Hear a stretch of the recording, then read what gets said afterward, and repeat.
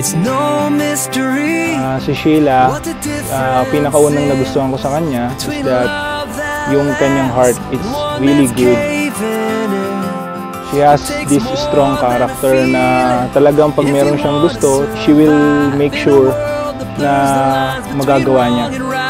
Trades true love for a compromise. Oh, I wanna finish the life we've started. I wanna be two old beautiful souls who stayed with it.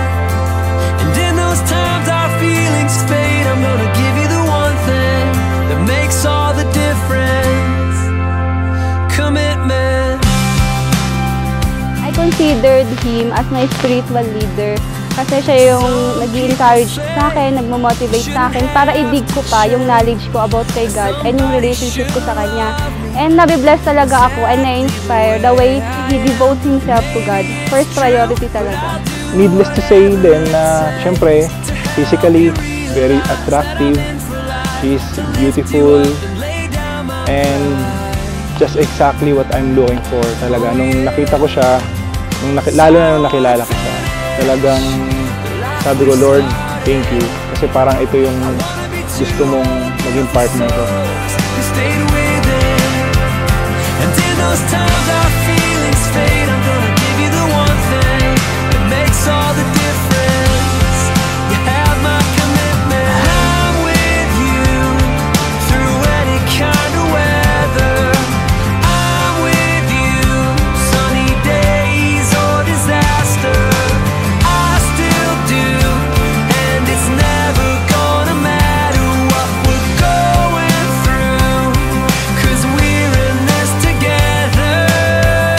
Talagang she is a woman with a good heart and a strong character, at the same time gentle and very loving din. He's a perfect boyfriend, fiancé, and husband to be. Kasi may takot siya sa Panginoon. He is a God-fearing man.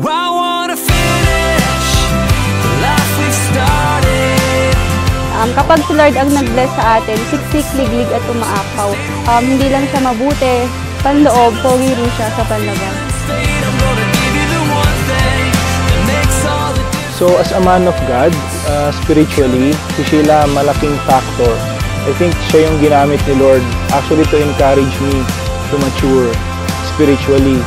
Even physically, yung focus ko before is sobrang nabago nung nakilala ko siya.